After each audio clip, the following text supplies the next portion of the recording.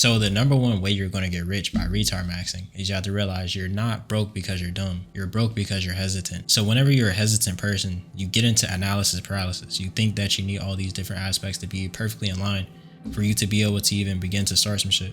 And that's completely false, bro. The most rich people, the most successful people aren't even that smart to begin with, bro.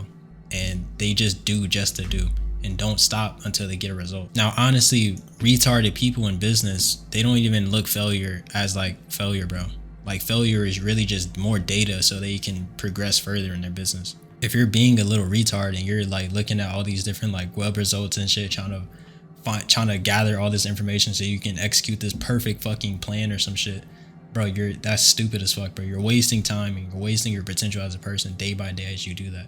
You don't need that, bro. You just need to get into the trenches and actually figure out what you truly need to do and what actions are high leverage so you can make the fastest progress. So number two, you have to realize, bro, everybody's overthinking.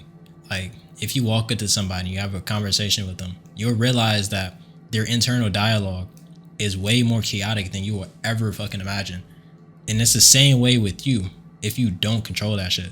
Now, if you let your overthinking thoughts, in which you truly are not even really your thoughts, but if you let your thoughts get to you and stop you from making a decision that'll help you in the future or that'll get you closer to your goals, you're just going to stay stuck in the same spot. You're going to become like everybody else. And that's something that you, quite frankly, I don't think you want to do if you're watching this video. So you have to stop overthinking, control your thoughts, and control the trajectory of your life in which you want to fucking go. Because again, you only get one of these fucking lives, bro.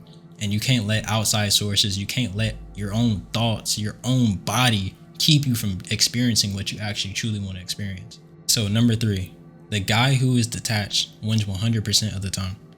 Now, why do I say this? When you're detached from a specific outcome or you're detached from having this thing in your life, that attracts it more to you. Why? Because you're not needing. So going into like the metaphysical side of that shit. So let's say I wanted to become somebody that owned like a 20K per month agency or some shit, right? And I was going to step into the identity of somebody who owned a 20K per month agency. Now, let's say a scenario happened and one of my clients charged back on me or they canceled, right? So let's say $1,500 to $2,000 down the drain.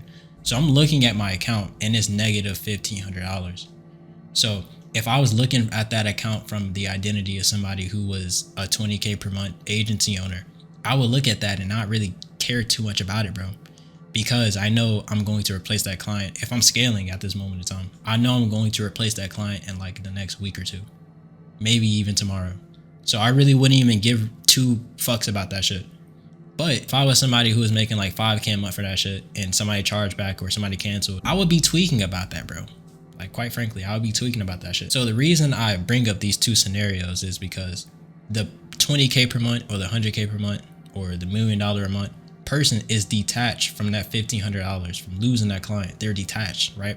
But the difference between those two, the $5,000 a month versus the 20K per month, is the 5K per month dude is attached to that $1,500 client. Why is that? Because he's coming from a place of lack, right? So detachment signifies that you currently have something or you currently possess something, right? So for example, I have a fucking scat pack. So if I didn't have a scat pack and I was looking online for like used scat packs, I would be like, oh shit, nigga, I need to get me a fucking scat pack, yada, yada, yada. But now I have a scat pack in my garage. So I wouldn't be at my computer thinking like, oh shit, I have a fucking scat pack. Oh shit, I need to go wash my car. I don't think about it. I never think about that shit. I know it's there. And if I ever get a thought to go drive the fucking scat, I'll just go drive the fucking scat pack because it's in my garage. I have the keys. Like, I don't really think too much about that shit. So you gotta think about the people who have like Lambos, McLarens, Ferraris, all that type of shit, mansions, big ass cribs, penthouses. They don't really think about that shit as much as you think they think about it. Like, they understand like, okay, this is a nice car. It's an exotic car. I enjoy driving the car. But they don't really think, they don't geek out about that shit, bro. They're not emotionally attached to the experience of driving the car because they know it can get replaced. Now that's a mindset coming from abundance. And so if you can have abundance in your business, which is really detachment, you are going to excel in your business way further than you ever could. So for example, let's say if I was like DMing 100 people per day, or I was making like 100 calls per day, and I did that for a week, right? And I got like 20 booked appointments, but out of those 20 booked appointments, I closed 0 people. Most people will quit at that moment in time, right? Because they're not retard maxing. But if you retard max and you keep going, regardless of what your reality is showing you, you're going to eventually supersede what you thought you could achieve because you didn't fucking stop. And that's why retard maxing is so essential for your success. So I think we on number 4 or whatnot. But generational wealth is on the other side of you realizing that people who have more than you are not as smart as you. It took me a while to realize that majority of people who have like millions and millions of dollars, my friends who have millions and millions of dollars, bro, they're not that fucking smart. Like, no offense, but I'm way smarter and way more intellectual than these people. But I don't have millions and millions of dollars. So I had to realize like, well, okay, what are these people doing that I'm not fucking doing? Because I know I'm more intellectual than these people. So I had to realize it's not the process of acquiring new information. It's the process of utilizing the information to acquire new resources.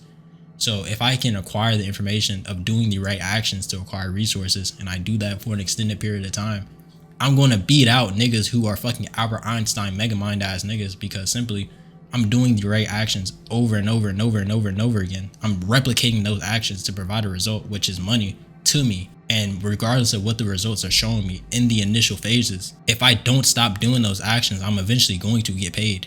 That's the only determining factor between you being a smart person. Like if you're watching this and you're a smart person and you know you're a smart intellectual person, but you're broke as fuck, bro, this is what is fucking holding you back, bro. You just have to realize and you have to understand that you have to find something that people are doing, that they're replicating over and over and over and over and over again, high leverage actions to get them fucking paid. If you don't stop doing the actions, and you'll get paid, bro. Now, when it really gets good is you get to use your own intellect and creativity to find new angles on what you're doing right now. You're just building the fucking foundation of making money, but you can use your own intellect and creativity to expand on that, bro, and make more fucking money. That's really what business is, bro. It's constant evolution. On to number 5. Momentum is way more important than master plan. Going back to, I think, what, number 3, number 2? Bro, over-analysis, I think it was number 1. Bro, over-analysis is going to absolutely kill your fucking momentum, bro. You're going to be fried. You're going to actually be fucking cooked and fried. If you keep doing all this over-analyzing and you think, oh shit, I gotta do this before I can even do that. I think I have to look this certain way before I even put myself in front of like these investors or whatever. Or I have to, bro, none of that shit fucking matters. Like you really just have to do something, bro. Do something. And that will eventually lead you to the thing that's going to get you to your fucking goal, bro. The metaphysical aspect of what I'm about to say is all roads lead to Rome, right? Now, why do I say that? If you have a manifestation that you're looking to acquire, or you have a goal or reality or whatever experience you're trying to acquire, you have to realize, if I embodied the identity of somebody who had what you're trying to experience, what would they be doing, right? Now, you have to just do that, bro. Just do that and understand that all roads lead to Rome. All roads lead to your desired reality. It's your spiritual, mental, and physical daily progress that matters. Who are you identifying with? What are you identifying with on a daily basis that matters? It's not really the plan, your master plan or whatever, bro. Fuck that shit. If you can gain enough momentum to have a compounding effect of your daily actions, you're going to get to your goal way faster than you could have ever anticipated. So you have to realize, bro, that people are making millions and millions and millions and millions. You wouldn't fathom the amount of money people are making from bullshit AI ad Shopify dropshipping stores, bro. Like people are genuinely making a fucking killing off of AI generated ad creatives to a fucking dropshipping Shopify store, bro. So it's not like, oh, I need to read all of these books. Like I have a crap ton of books over there. Like none, I'm gonna be honest, I cannot have read any of those fucking books. Well, maybe a couple, but I could have not read like majority of those books and still be in the same position that I'm at right now. So it's never about your current circumstances. It's never about where you came from. It's never about your ability to do X, Y, and Z. As long as you can position yourself in a specific market as an authority figure and as somebody people will want to buy from, you will make money regardless of who you are, bro. You have to realize that making money is a skill and it's not like some magical thing, bro. You can literally be better at making money. So how do you think people are able to make billions and trillions of dollars, bro? It's a fucking game. It's a video game, bro. As long as you can stay in the game as long as possible, you're going to make money. It's bound for you to make money, bro. You only fail when you stop. So you may say, what if somebody charge back on me? Isn't that a failure? No, that's not a failure, bro. Every single thing that happens to you is data. You can utilize that data to either bring you down or to propel you even further. So somebody who owned like a 20K per month agency, how would they look at that negative $1,500,000?